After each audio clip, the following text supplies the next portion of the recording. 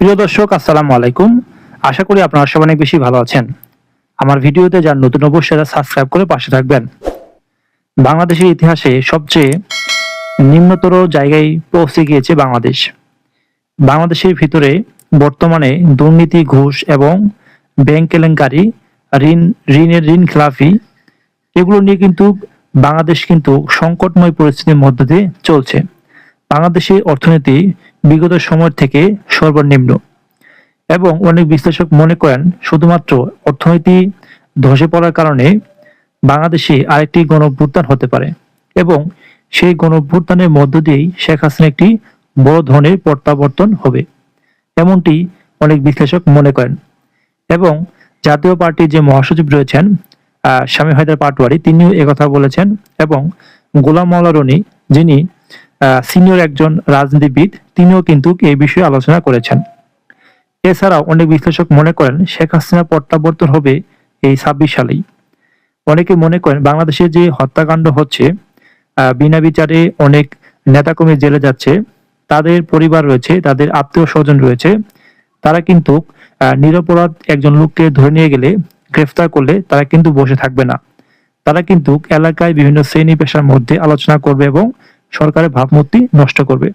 এবং সেই সাথে বাংলাদেশে যে নদী ভাঙন এবং বাংলাদেশে অভ্যন্তরীণ যে সকল অনিয়ম দুর্নীতি হচ্ছে, বাংলাদেশে অভ্যন্তরীণ যে ক্রাইসিস তৈরি হয়েছে, তার জন্য অবশ্যই বর্তমান সরকার দায়ী।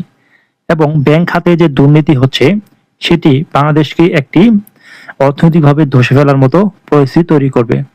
এবং অনেক বিশ্লেষক মনে করেন এইভাবে যদি ধারাবাহিকভাবে চলতে থাকে, ব্যাংক থেকে ঋণ নিয়ে যদি ভর্তুকি দেয়, তাহলে সরকার একটি অর্থনৈতিকভাবে সংকটে পড়বে এবং সেই সংকট থেকে উদ্ধার হওয়ার মতো সক্ষমতা বর্তমান সরকার নেই।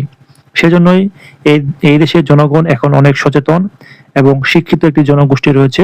বেশিরভাগ তারাও রাজনীতি বিষয়ে সবসময় সোচ্চার এবং রাজনৈতিক কালচারের ভিতর দিয়ে তারা রয়েছে।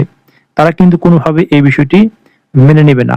সেই প্রেক্ষিতে আরেকটি গণঅভ্যুত্থান হতে পারে এবং সেই সাথে বাংলাদেশে নিযুক্ত ভারতের রাষ্ট্রদূত রয়েছেন, তারা কিন্তু অলওয়েজ চেষ্টা করবে কিভাবে আওয়ামী লীগকে প্রাসঙ্গিক করে রাজনীতিতে ফিরিয়ে আনা যায়। এবং সেই সাথে আওয়ামী লীগের যে নেতাকর্মী রয়েছেন, সেই সুযোগে কিন্তু তারা রাজপথে থাকবে এবং রাজপথে থাকার কারণে কিন্তু একটি বিশাল বড় গণঅভ্যুত্থানের তৈরি হতে পারে অবস্থা।